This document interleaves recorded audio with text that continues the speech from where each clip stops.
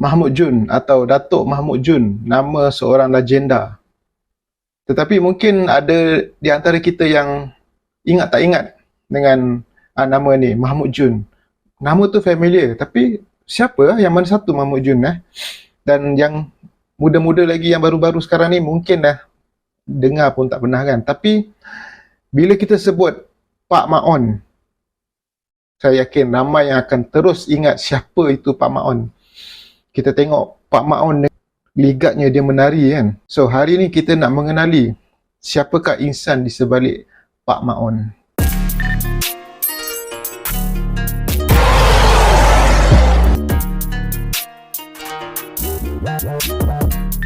Selamat datang ke File Raksasa Manja.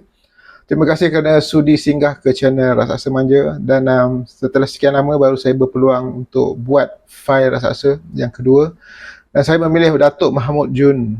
Antara sebabnya, macam saya kata tadilah, watak ikonik Pak Maon tu. Tapi bila saya mula membaca sedikit dan membuat sedikit kajian mengenai latar belakang arwah Allahyarham Datuk Mahmud Jun ni, saya dapat tahu banyak benda yang menarik pasal dia ni sebenarnya. Selain daripada Pak Maon yang twist, yang bergelik, yang bukan main itu joget tu kan.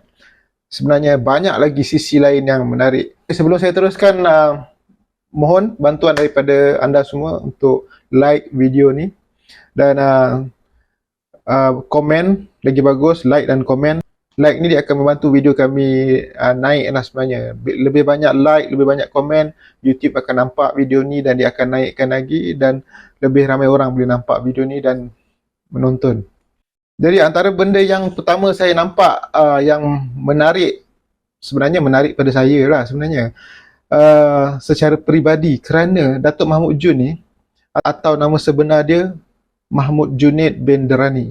Apa yang menarik tu saya nak bagi tahu dekat sini adalah tarikh lahir dia, 20 Januari 1921. Tapi yang 20 Januari tu yang menarik sebenarnya. Sebab apa? Sebab sama birthday dengan saya, 20 Januari.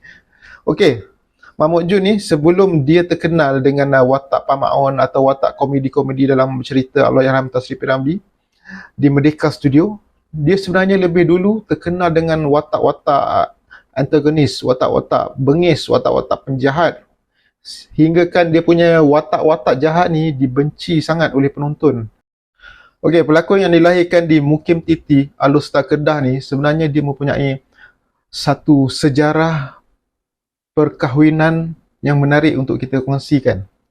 Dia sebenarnya, kalau kita rasa ada orang berkahwin 4-3 tu kita dah rasa terror kan. Sebenarnya Datuk Mahmud Jun dia dah bernikah sebanyak 16 kali. Yalah, wallahualam saya tak pasti kahwin cerai atau macam mana, tapi yalah dia dah menikah sepanjang hidup itu sebanyak 16 kali. Dan sepanjang tempoh perkahwinan Allahyarham dianugerahkan dengan 6 orang anak, 16 orang cucu dan 3 cicit.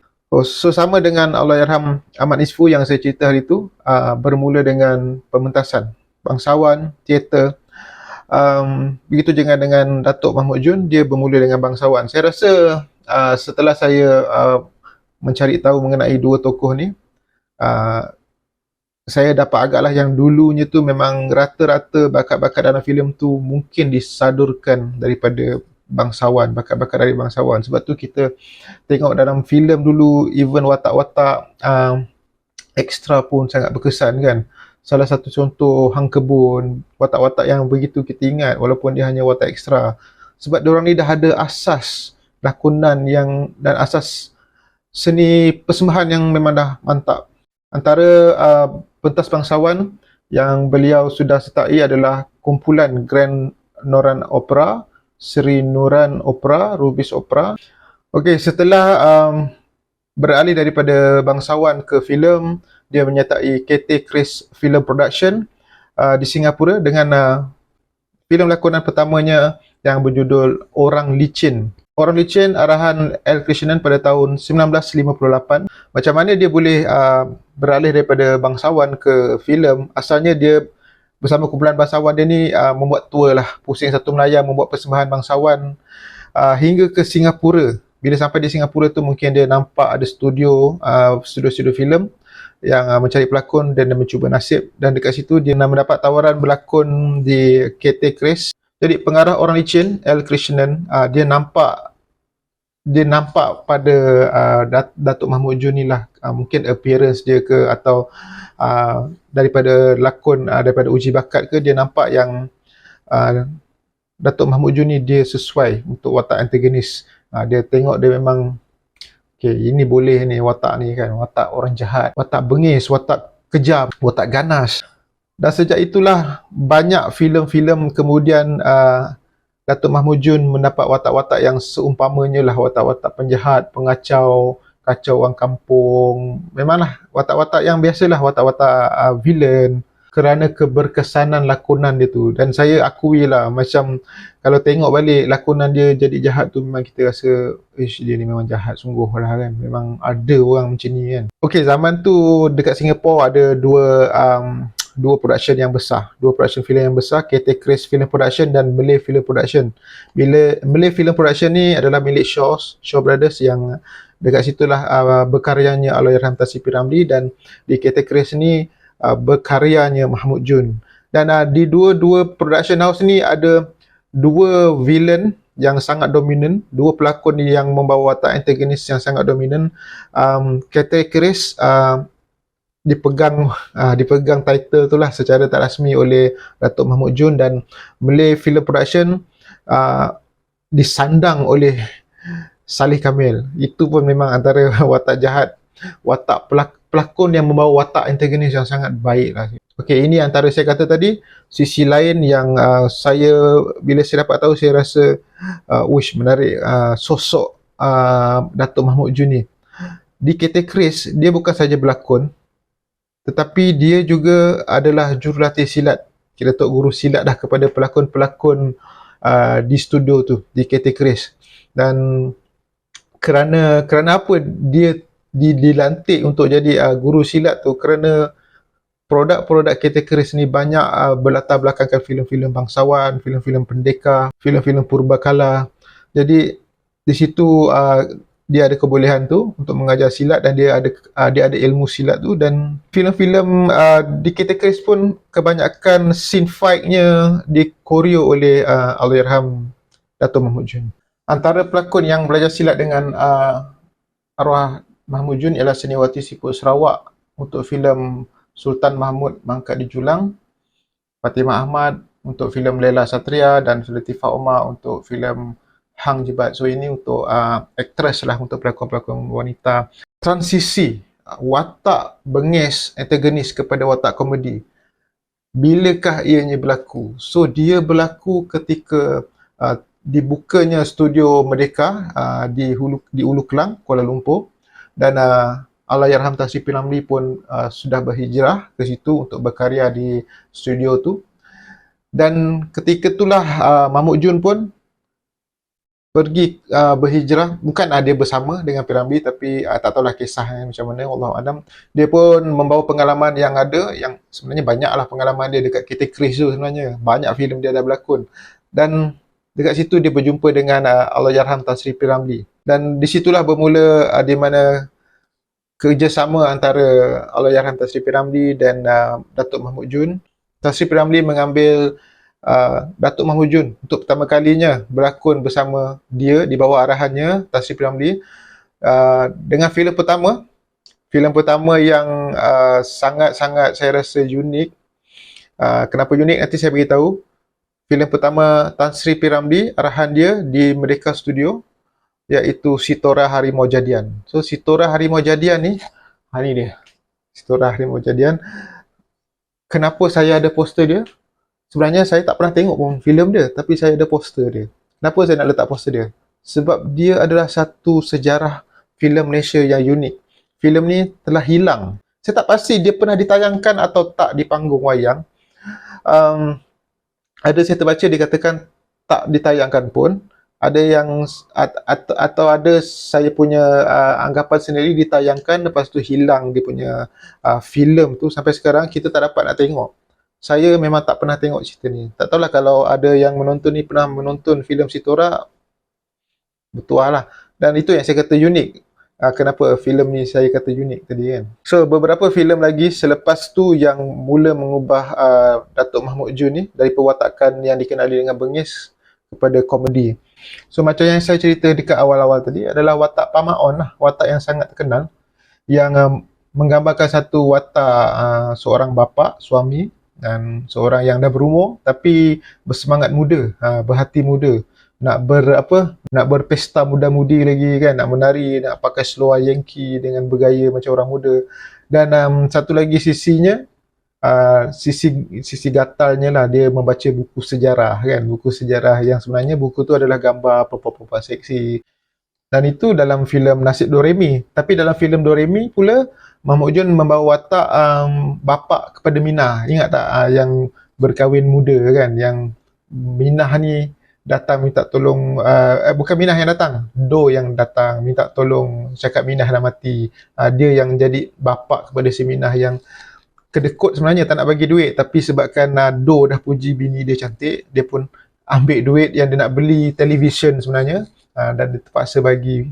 Lalas dia menangis bukan sebab anak dia mati, tapi sebab dia terpaksa bagi duit tu. Selain watak komedi tu adalah juga satu watak yang menunjukkan sisi seorang watak yang baik dalam filem Masa-Masa Manis. Kalau korang ingat yang dia ada datang membantu isteri kepada Piramli, Cikgu Syahri, membantu Cikgu Syahri berdamai dengan isteri dia. So itu, dan selepas tu saya rasa hingga ke tahun 90-an, Allahyarham Mahmud Jun masih berlakon tau sebenarnya.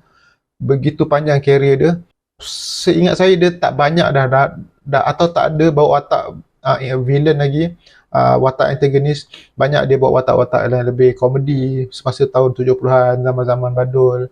Dan bila dah ke 90-an dia bawa watak-watak bapa. Okay, ini saya nak share sikit macam saya kata tadi, sebelum dia disukai dengan watak komedi, dia sangat dibenci oleh penonton kan. Antara peristiwa yang tak dapat dilupakan ialah penghinaan penonton terhadap diri dia. Okay, saya kena baca sikit ni. Sewaktu menjadi pelakon dekat KT Chris, dia sampai insiden ni Datuk Mahmud Jun ni pernah diludah, dimaki, dihina, dicerca tu semualah. Sampai dia berasa rendah diri nak jumpa orang. Disebabkan dia tu bagus sangat berlakon. Tapi kesannya dia rasa rendah diri pula bila lakonannya tu terlalu menjadi dan orang benci pada lakonan dia tu. Sebab dekat layar perak ni Mahmud Jun dilihat memang betul-betul tak ada hati perut lah. Orang yang memang betul-betul jahat lah. So orang-orang dulu memang mungkin terbawa-bawa dengan perasaan tu dan dia merasa benda tu real. Bila dia jumpa kat luar, dia orang maki, dia orang marah, ludah lah, ada even tak tahulah apa lagi yang terjadi kan.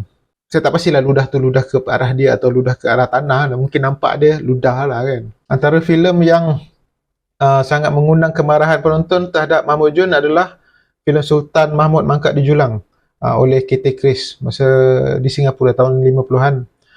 Filem tu Mahmud Jun memegang watak Tun Ali. Dia yang bertanggungjawab, watak dia ni lah yang membelah perut pelakon Maria Menado. So dalam scene tu dia membelah perut aktris watak ni, isteri kepada Nordin Ahmad wataknya, kerana kesalahan memakan buah nangka yang nak dipersembahkan kepada Sultan. So bayangkanlah kejamnya macam tu sekali kan, nak sebab tersalah makan dia buat macam tu. Jadi itulah antara cerita-cerita yang menarik yang saya nak kongsi mengenai bencinya orang terhadap Mahmud Jun kerana hebatnya lakonan dia. Mahmud Jun dia dah berlakon sebanyak 8 filem di Merdeka Studio, dan yang terakhir adalah pada tahun 1966, Nasib Doremi. Setelah tu Mahmud Jun tak berlakon lagi dan dia menetap di Kampung Baru Kuala Lumpur. Dan pada waktu itu juga dia mengajar kanak-kanak di sekitar Kuala Lumpur untuk mengaji Al-Quran. So bila sampai era 70-an, lewat 70-an tu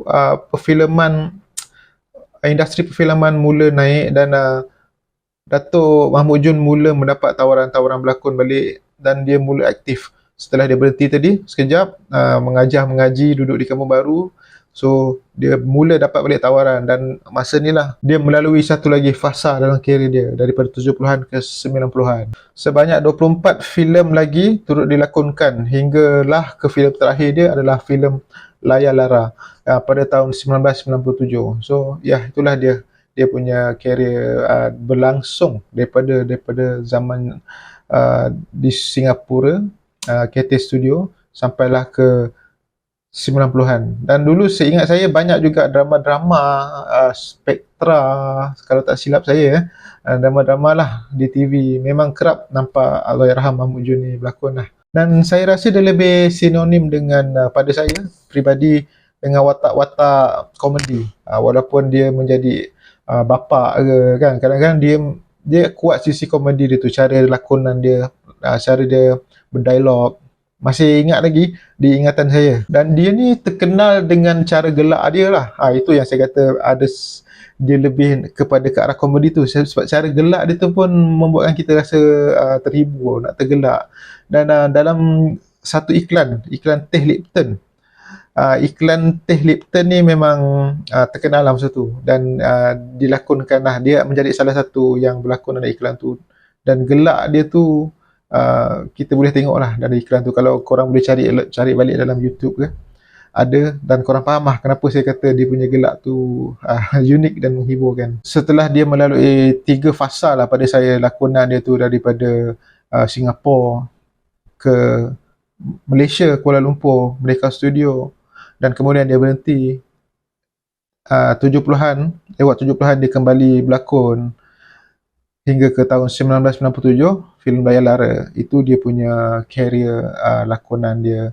Dan saya rumuskan balik apa yang kita borak-borak tadi, bagaimana dia bermula sebagai pelakon bangsawan, dan kemudian ke filem. Di filem dia mula dikenali dengan antagonis, watak antagonis. Watak yang antagonis itu memang sangat-sangat berkesan. Kemudian dia boleh pergi twist pula jadi komedi dan sangat kelakar. Dan dia kemudian mampu untuk meneruskan kerjaya dia dengan pelbagai watak lain yang sesuai dengan umur dia hinggalah ke tahun 90-an. Begitulah satu legenda yang bernama Datuk Mahmud Jun. Begitu hebatnya dia. Saya rasa dia ni legenda yang mungkin ramai orang kurang perkatakan, dan jadi sebab itulah antara saya memilih dia. Sebab yang kenal pun selalunya akan mention watak Pak Maon saja kan. Tapi orang tak tahu di sebalik Pak Maon tu adalah satu insan yang begitu istimewa kan. Dan seperti biasalah, bermulanya sesuatu pasti ada pengakhiran, dan beliau menghembuskan nafas terakhir pada Khamis 14 Februari 2002, jam 5.50 petang. So masa tu dia berumur 81 tahun. So jangka masa dia berkarya tu cukup panjang lah. Dia menghembuskan nafas di rumah di Kampung Laksamana Selayang. Sebelum tu dia dirawat di unit rawatan jantung di Hospital Selayang. So dia menghidap penyakit asma, masalah paru-paru. Jenazah beliau disemadikan di tanah perkuburan Islam Sungai Tua Selayang. So sebenarnya saya dapat satu artikel yang agak detail mengenai macam mana sisi kehidupan dia dibenci oleh penonton, dan ada beberapa kisah yang dikongsikan. Saya tak boleh nak kongsikan di sini sebab mungkin akan jadi terlalu panjang. Tengok kalau ada rezeki, saya akan buat satu khas video mengenai itu. Kalau ada yang request ke, atau yang sambutan video yang ini mendapat sambutan yang baik, mungkin saya akan fikirkan. Atau lepas ni mungkin saya cadangnya memang saya akan mencari legenda-legenda lain lah untuk saya masukkan ke dalam fail Rasa ni, dan dibacakan dan diceritakan di sini. Jadi inilah antara perkongsian saya dan carian yang saya dapat mengenai Allahyarham Datuk Mahmud Jun. Mohon dibetulkan kalau ada fakta-fakta yang tak betul. Dan saya mendapat sumber saya ni pun dari beberapa sumber. Nanti saya akan kreditkan. Ya, mungkin ada betul, mungkin ada tidak, tepat dan kurang tepat. Jadi mohon maaf dan mohon dibetulkan. Jangan lupa lagi satu, sokong Raksasa Manja dengan membeli t-shirt Raksasa Manja. InsyaAllah dengan pembelian tu dapat sedikit sebanyak membantu kami lah dalam meneruskan channel Raksasa Manja. Dan macam saya kata awal-awal tadi, like. Kalau dah tonton atau masa tonton, silalah like. Kalau boleh like semua video-video yang lepas, dan banyak lagi video-video borak santai raksasa bersama pelakon-pelakon, pengarah, penyanyi yang kami dah buat. Boleh tengok balik, korang boleh check balik dekat playlist channel ni. Macam-macam dah kita dah berborak, dan macam-macam ilmu dah dia orang kongsikan. So ya, sampai sini saja. Terima kasih kerana menonton. Mohon maaf salah silap dari saya. Assalamualaikum. Cut.